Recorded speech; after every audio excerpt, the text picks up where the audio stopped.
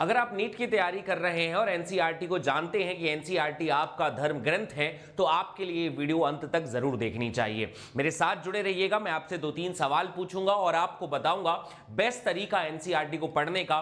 क्या एनसीईआरटी की theory, diagram, NCERT scientist, ये सारी चीजों को कहां से गौर किया जाता है, कहां से इसके ऊपर क्वेश्चन आ सकते हैं और बेस्ट तरीका क्या होता है। आपने सुना होगा बहुत सारे ऐसे बच्चे, मैंने बहुत सारे ऐसे स्टूडेंट पढ़ाए हैं जो 3 साल 4 साल ड्रॉप लेने के बाद उन्होंने 40 बार 50 बार एनसीईआरटी पढ़ ली थी, बट अगर उनसे अभी भी बहुत सारे क्वेश्चंस नहीं बनते थे।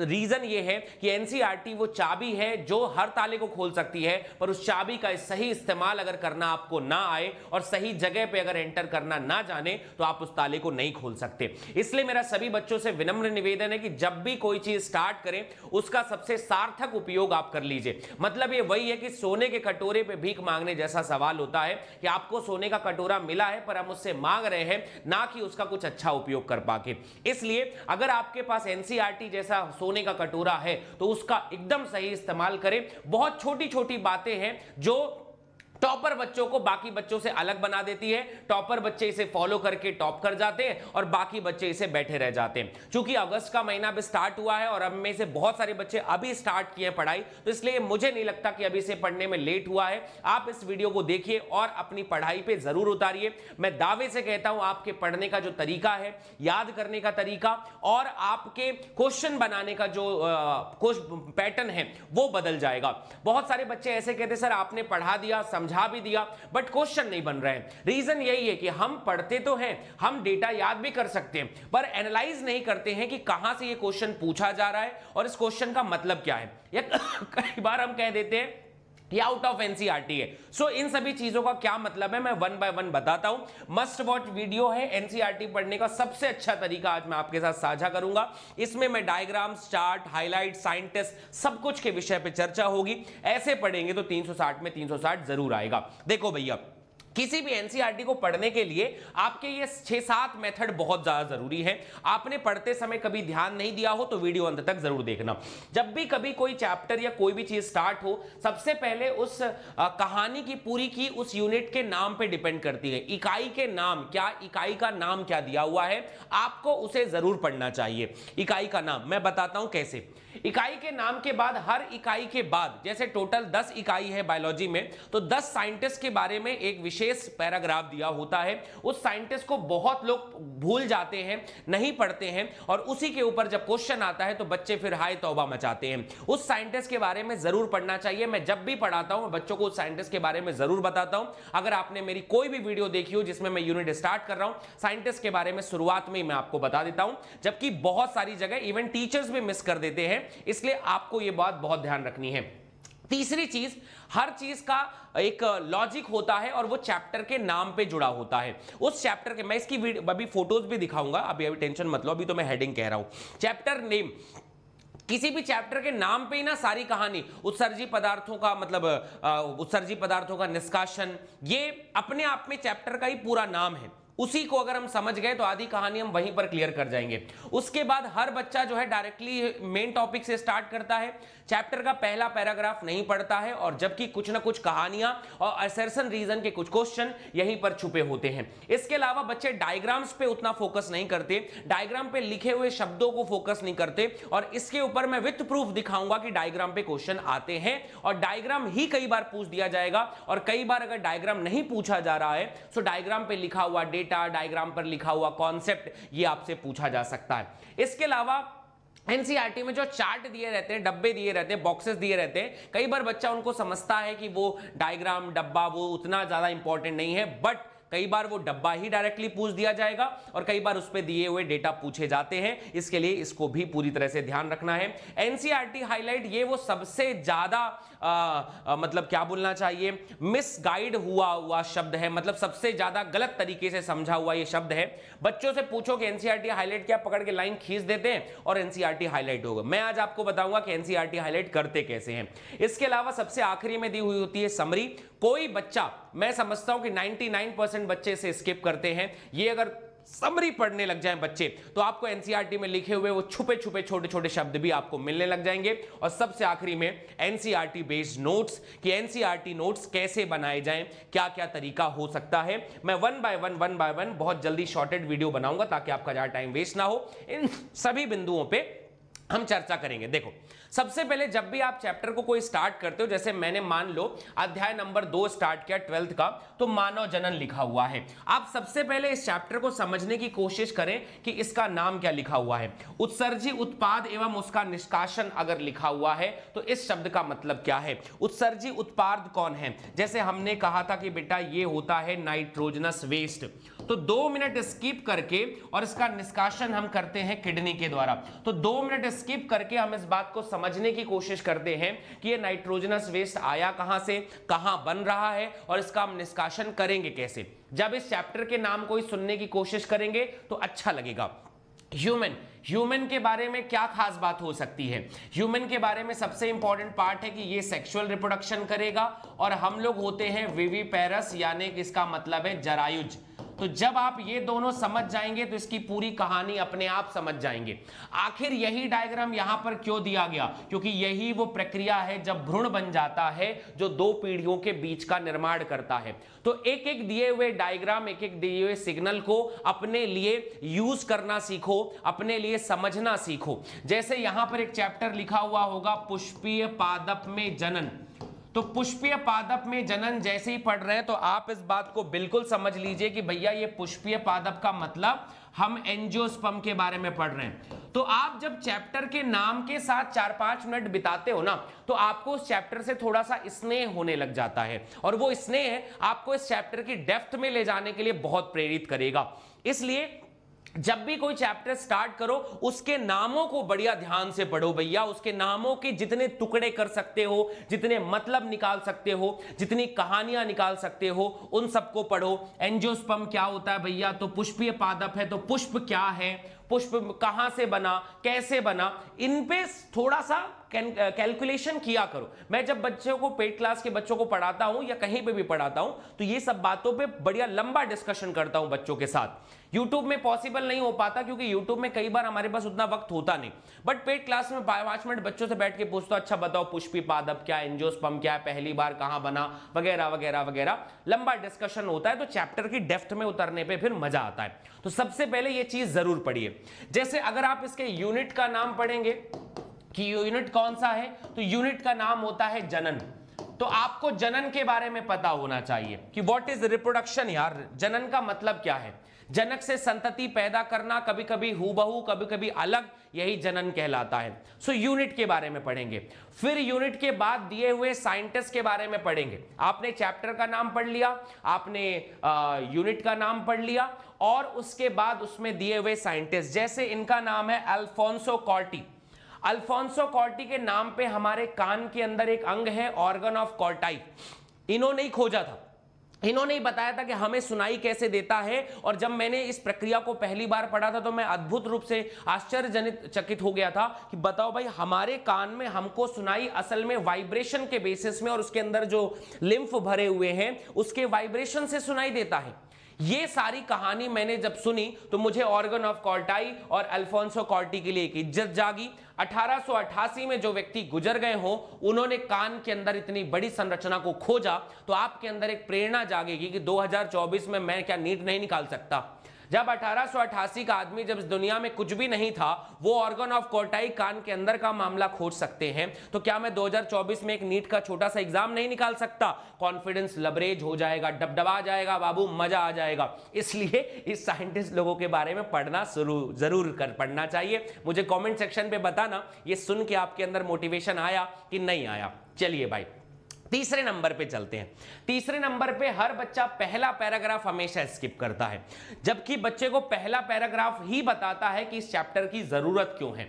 जैसे अगर आप श्वसन एवं गैसों के विनिमय वाले चैप्टर को पढ़ेंगे तो आपको पता चलेगा कि भैया इस ऑक्सीजन की जरूरत हमको बड़े बड़े जो खाद्य पदार्थ हैं, ग्लूकोज है, उनको ब्रेक डाउन करके ऊर्जा प्राप्त करने के लिए चाहिए और उससे निकली हुई कार्बन डाइऑक्साइड को निकालने के लिए हमें श्वसन तंत्र की जरूरत है।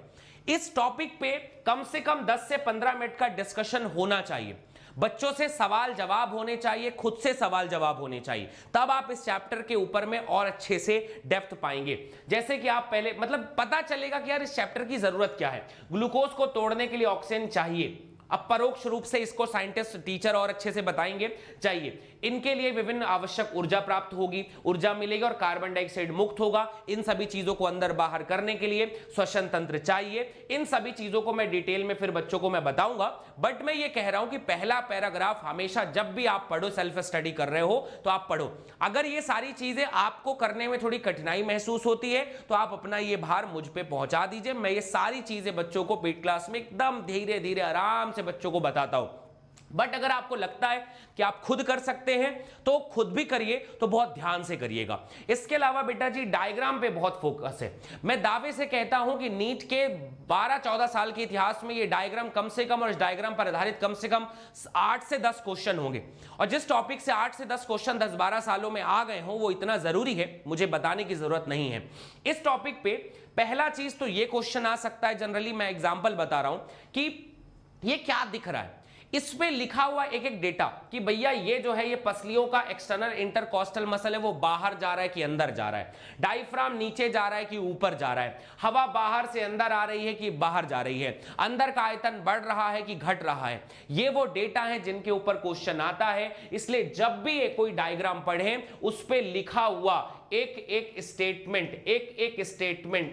स्टेटमेंट पे क्वेश्चन पूछा जाएगा कि जब बाहर से फेफड़े में प्रवेश गैस करती है तो आयतन में वृद्धि होती है। लिखा है पसलियां बाहर की तरफ में जाती हैं, डायफ्राम संकुचित होता हुआ नीचे की तरफ में जाता है। ये हर चीज लिखा हुआ है, ये क्वेश्चन पूछा जाएगा। इसके अलावा ये फ्लो चार्ट, ये जो बॉक्स बना है, चार्ट बना है, इस चार्ट को बच्चे हमेशा इग्नोर करेंगे। ऐसे अनेकों चार्ट है, मैं तो एक चैप्टर की बात कर रहा हूं, हर चैप्टर में ऐसे चार्ट हैं। यहां पर क्वेश्चन है कि बताओ वातावरणीय वायु में ऑक्सीजन का पार्शियल प्रेशर कितना था, नीट का क्वेश्चन है। बताओ ऑक्सीकृत का पार्शियल प्रेशर कितना है, 95 है। उतक का पार्शियल प्रेशर ऑक्सीजन का कितना है, 40 है। इस डेटा पे क्वेश्चन आएगा। इसे समझना और पढ़ना बहुत ज्यादा जरूरी है। जब आप मुझसे पढ़ेंगे तो मैं एक्सप्लेन करूंगा, पर अगर आप खुद से पढ़ रहे हैं तो ऐसे चार्ट को बिल्कुल भी मिस ना करें। इसके अलावा अगर ऐसा कोई मतलब कुछ भी दिया हुआ है, डायग्राम दिया हुआ है, कुछ भी रिएक्शन दिया हुआ है, इस रिएक्शन पे भी नीट में 3 बार 4 बार क्वेश्चन है, इसलिए आप इसे भी इग्नोर नहीं कर सकते कि क्या है भैया, कार्बन डाइऑक्साइड H2O से मिलकर कार्बोनिक एनहाइड्रेज, कौन सा ऐसा एंजाइम है जो कार्बन डाइऑक्साइड और H2O को मिलाकर कार्बोनिक एसिड में और बाद में कार्बोनेट में बदलने में मदद करता है। इस पे क्वेश्चन है कार्बोनिक एनहाइड्रेज। यह अभिक्रिया कहां होती है, आरबीसी के अंदर होती है। ऐसी बहुत सारे सवाल इन्हीं डायग्राम पे, इन्हीं चार्ट पे पूछे जाते हैं। अगर आप एनसीईआरटी को मन लगाकर पढ़ेंगे तो बेहतरीन समझ में आएगा। इसके बाद अगले टॉपिक की तरफ में चलते हैं। ये है हमारा बेटा जी समरी। जब भी बच्चों से कोई पूछे कि भैया समरी क्या होता है, तो चैप्टर के आखिरी में देखना एक समरी सारांश लिखा हुआ होगा, उसको जरूर पढ़ें। उसमें कहीं ना कहीं कुछ ना कुछ कॉन्सेप्ट आपको जरूर मिलेंगे जिससे आपको क्वेश्चन पूछा जाएगा। जैसे श्वसन का पहला चरण श्वासन है, मतलब सांस लेना और छोड़ना पहला चरण है। फिर अगला चरण है उसको स्थानांतरण करना। तीसरा चरण है कि भैया उसका उपयोग करके, ऑक्सीजन का उपयोग करके फिर ऊर्जा प्राप्त करना। तो ये छोटी छोटी चीजें बहुत इंपॉर्टेंट है। स्पायरोमीटर के बारे में दिया हुआ है, वो यंत्र जो आपको सांस कितनी अंदर जा रही कितनी बाहर जा रही है उसका पता लगाने के लिए। घुलनशीलता के ऊपर में कॉन्सेप्ट दिया हुआ है। ये वो सारी इंपॉर्टेंट जानकारी है जो कहीं नीट की मतलब एनसीईआरटी की बुक में कहीं उतना नहीं दिया होता, बट आखिरी में समरी में दिया होता है। मैं भी इसको एक्सप्लेन नहीं करूंगा, आप इसको फोकस करिए। बट अगर आपको लगता है ये चीजें नहीं आ रही है तो हमारे साथ जुड़े रहिएगा।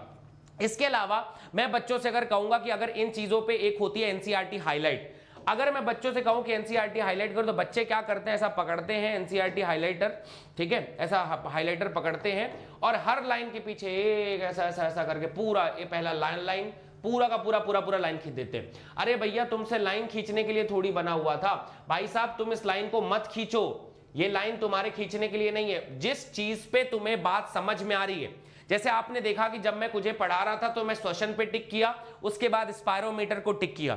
जो चीज समझ में आ रही है और जो चीज ज्यादा जरूरी लग रही है और ऐसा लग रहा है कि इसको पढ़ना बहुत जरूरी है, उसी चीज को पूरा फोकस करें। यही एनसीईआरटी हाईलाइट होती है। हर चीज को लाइन बाय लाइन रंग बिरंगा कर देना एनसीईआरटी हाईलाइट नहीं होती है। इसलिए पहले अपने टीचर से पढ़िए, टीचर तुम्हें एनसीईआरटी के अकॉर्डिंग वो सारी चीज पढ़ा देंगे जो तुम्हारे लिए जरूरी है। फिर जब वो हो जाए तो फिर सेकंड पॉइंट पे अपनी बुक में एनसीईआरटी पे ऐसे हल्के हल्के लाइन खींचिए, वो भी उस जगह पे जहां पर इंपॉर्टेंट है। अन्यथा कुछ दिनों बाद होगा क्या, हर जगह लाल दिखाई देगा, तुम पीले दिखाई दोगे और तुम हो जाओगे गुलाबी। रीजन पता ही नहीं है भाई कि कहां इंपॉर्टेंट है और कहां कम इंपॉर्टेंट है। ठीक है, तो कुछ खास खास बिंदुओं को जरूर इंपॉर्टेंट तरीके से आप उस पर नोट डाउन करें, उसके ऊपर एनसीईआरटी हाईलाइट करें।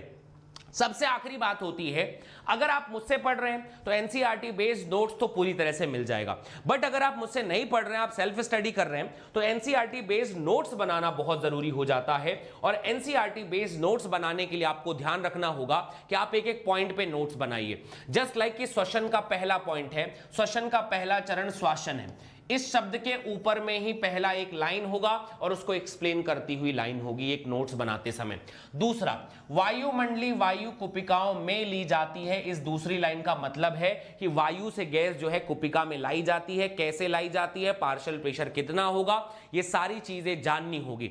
हालांकि आपको इतना ज्यादा ध्यान लेने की जरूरत नहीं है क्योंकि हमारी तो इसमें एक्सपर्टीज ही है, 8 साल का हमारा इसके ऊपर एक्सपीरियंस है कि बच्चों को ये सब चीज कैसी देनी है। तो बच्चों को ये सब चीज मैं ऑलरेडी बच्चों को प्रोवाइड करवाता हूं और जब मैं पढ़ाता हूं तो मेरा पढ़ाया हुआ बच्चा एनसीईआरटी में बूम मारता है, आपको उसकी टेंशन लेने की जरूरत बिल्कुल भी नहीं होती, ये एनसीईआरटी का नोट्स हो जाता है। तो इस तरीके से मेरे बच्चे इन सभी विषयों पे हमने चर्चा की कि जब भी आप कभी पढ़ाई करें आप इन सभी चीजों पे बिल्कुल फोकस करें कि एनसीईआरटी हाईलाइट बनाए, समरी बनाए, नोट्स बनाए, उसको चार्ट बनाए और एनसीईआरटी के बाजू बाजू में पॉइंटर्स जरूर लिखते रहें जैसे ये लिखा हुआ है। अब आपको इसमें लिखना है कि कुछ खास इंपॉर्टेंट चीज है क्या, तो इसी खाली जगह पे ऐसे पकड़े और लिख दीजिए भैया कि इन्होंने बनाया था ऑर्गन ऑफ कॉर्टाई।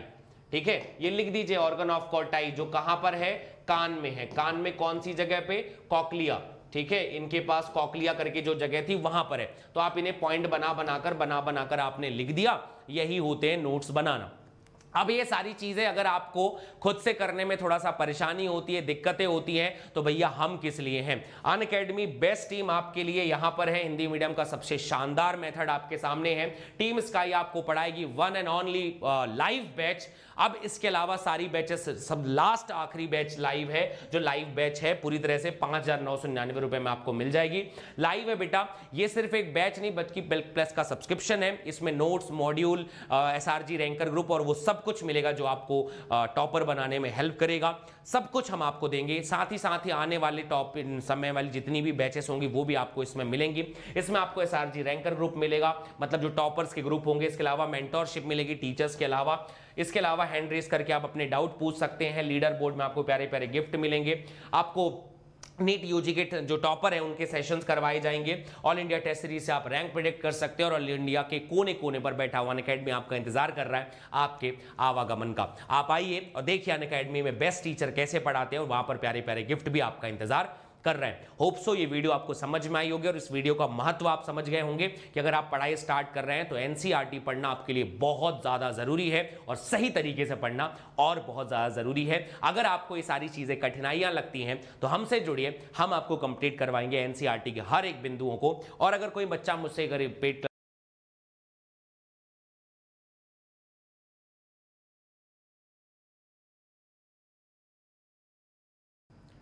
तो उससे जाकर आप पूछ सकते हैं कि वो नीट को कैसे क्रैक कर सकता है। Thank you so much guys, love you all, bye bye.